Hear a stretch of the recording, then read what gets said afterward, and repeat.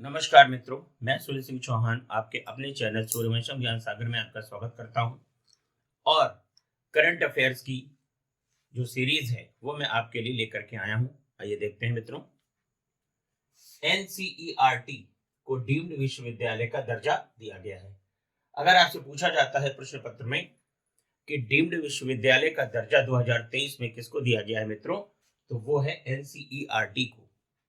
आगे देखिए, भारत का पहला सौर शहर या सोलर सिटी किसको घोषित किया गया है, तो सांची मध्य प्रदेश में है। देखिए, आपको मालूम है कि सांची जाना जाता है बौद्ध के स्तूप के लिए। तो सांची का स्तूप बहुत फेमस है, ठीक है। तो भारत का पहला सौर शहर या सोलर सिटी सांची मध्य प्रदेश। आगे, गंगा डॉल्फिन को जलीय जीव घोषित करने वाला राज्य कौन सा है, उत्तर प्रदेश।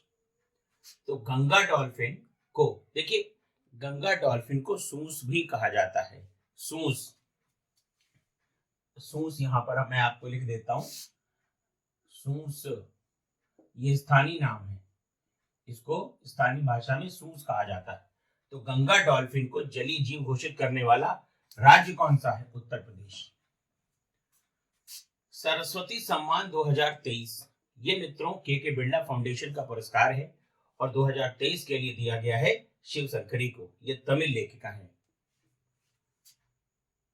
और भारतीय महिला क्रिकेट टीम के नए कोच बनाए गए हैं अमूल मजूमदार। भारतीय महिला क्रिकेट टीम, जिस तरीके से भारतीय पुरुष क्रिकेट टीम है, विराट कोहली, रोहित शर्मा, शुभमन गिल इत्यादि, उसी तरीके से भारतीय महिला क्रिकेट टीम है, स्मृति मंधाना वगैरह जो है। तो महिला क्रिकेट टीम के नए कोच कौन है, अमोल मजूमदार जी। 19वें एशियन गेम्स 2023 का आयोजन कहां हुआ है, हांगझोउ चीन में। तो 19वें एशियन गेम्स, ध्यान रखिएगा एशियन गेम्स की बात हो रही है। 19वें एशियन गेम्स 2023 का आयोजन कहां पर हुआ, हांगझोउ चाइना में। 19वें एशियन गेम्स 2023 में प्रथम स्थान किसने प्राप्त किया मित्रों, तो वो चीन ने प्राप्त किया है। चीन को कुल 383 पदक प्राप्त हुए हैं। चीन को कुल 383 पदक प्राप्त हुए हैं। अब इसमें भारत की स्थिति क्या रही। भारत ने अब तक के एशियन गेम्स में सबसे अच्छा प्रदर्शन किया है मित्रों, और मैं पूरी टीम को बधाई देना चाहता हूं, जितने भी खिलाड़ी इसमें रहे। 19वें एशियन गेम्स 2023 में चौथा स्थान भारत को प्राप्त हुआ है। तो अगर पहला स्थान पूछा जाए तो चीन को, और भारत को चौथा स्थान प्राप्त हुआ है। भारत ने कुल 107 पदक जीते हैं, 107, जिसमें 28 गोल्ड है यानी कि 28 स्वर्ण, 38 रजत यानी कि सिल्वर मेडल, और 41 कांस्य यानी कि ब्रॉन्ज। आपको मालूम है मित्रों, एक प्रश्न और हम आपको बता दें कि कांसा या ब्रॉन्ज तांबा और टिन से मिलकर के बनता है, और पीतल तांबा और जस्ता से मिलकर के बनता है। तो ये आपको ध्यान रखना है। तो भारत ने कुल पदक जीते 107, 28 स्वर्ण, 38 रजत और 41 कांस्य पदक प्राप्त हुए हैं। देखिए मित्रों, करंट अफेयर्स की जो ये सीरीज है, इसमें एक एक प्रश्न आपके लिए बहुत इंपॉर्टेंट है। समीक्षा अधिकारी में 25 से 26 प्रश्न तक पूछा जा सकता है, और ये आपका एक बहुत इंपॉर्टेंट टॉपिक है, इसलिए इसको बिल्कुल मिस ना करें और आप इसे लगातार देखते भी रहिएगा। आइए आगे देखते हैं। देखिए, नमो 108 कमल की विकसित प्रजाति है। इस कमल में 108 पंखुड़ियां हैं और ये केवल मार्च से दिसंबर तक ही पुष्पित होता है, और इसको लखनऊ स्थित एनबीआरआई ने विकसित किया है। नेशनल बॉटेनिकल रिसर्च इंस्टीट्यूट ने विकसित किया है। तो नमो 108 क्या है, कमल की विकसित नई प्रजाति है। और देखिए मित्रों, इसको मणिपुर में पहले भी देखा जा चुका है। तो नमो 108 कमल की विकसित प्रजाति है। इस कमल में 108 पंखुड़ियां हैं, मार्च से दिसंबर तक पुष्पित होता है। ये ध्यान रखिएगा मित्रों, परीक्षा में आ सकता है। मार्च से फरवरी तक, फरवरी से अप्रैल तक, तो मार्च से दिसंबर तक पुष्पित होता है। लखनऊ स्थित CSIR और NBRI द्वारा इसे विकसित किया गया है।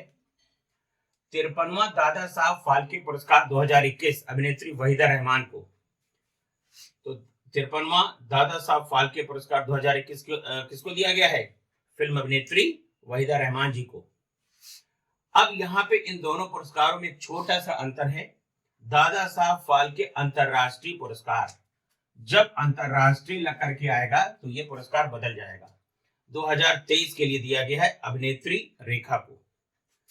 तो यहाँ पर देखिए, दादा साहब फाल्के पुरस्कार नंबर से आपसे पूछा जाएगा, तो 53वां ये वहीदा रहमान को, और वर्ष 2021 ये दिया 2023 में गया है, लेकिन ये 2021 के लिए दिया गया है। तो दादा साहब फाल्के अंतरराष्ट्रीय पुरस्कार 2023 अभिनेत्री रेखा जी को, 53वां दादा साहब फाल्के पुरस्कार 2021 वहीदा रहमान जी को। दोनों में डिफरेंस है, दोनों ही भारत की जानी मानी अभिनेत्री हैं। भारत के चुनाव आयोग ने अपना ब्रांड एम्बेसडर या आइकन किसको नियुक्त किया है? राजकुमार राव को। भारत का जो इलेक्शन कमीशन है, निर्वाचन आयोग, जिसका गठन मित्रों होता है आर्टिकल 324 के तहत। तो निर्वाचन आयोग का गठन अनुच्छेद 324 के तहत किया जाता है, और वर्तमान समय में भारत के चुनाव आयोग ने अपना आइकन किसको नियुक्त किया है? राजकुमार राव जी को।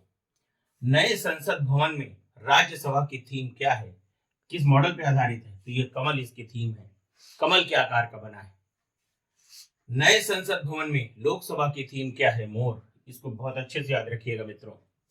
तो नए संसद भवन में राज्यसभा की थीम क्या है? कमल है। नए संसद भवन में लोकसभा की थीम क्या है? मोर है।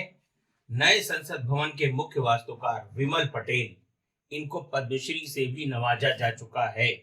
तो विमल पटेल एक आर्किटेक्ट हैं। यह भी पूछा जा सकता है कि नए संसद भवन का मुख्य वास्तुकार कौन? तो विमल पटेल। या ये भी पूछ लीजिए कि विमल पटेल कौन है? तो आर्किटेक्ट है, वास्तुकार है, स्थापत्यकार है मित्रों।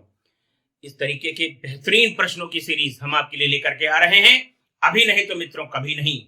334 पद RO का अभी तक है, और अभी और जुड़ने की संभावना है। रिजल्ट आने के, यानी कि प्री का रिजल्ट आने के एक दिन पहले तक पद जुड़ जाता है। तो एक पद पर 15 प्रतियोगी क्वालिफाई कराए जाएंगे। इसलिए आप हमारी सीरीज को देखते रहिए मित्रों, और हम आपके लिए इस तरीके से प्रश्न चुन चुन करके ला रहे हैं। बस मित्रों, आज के लिए इतना ही।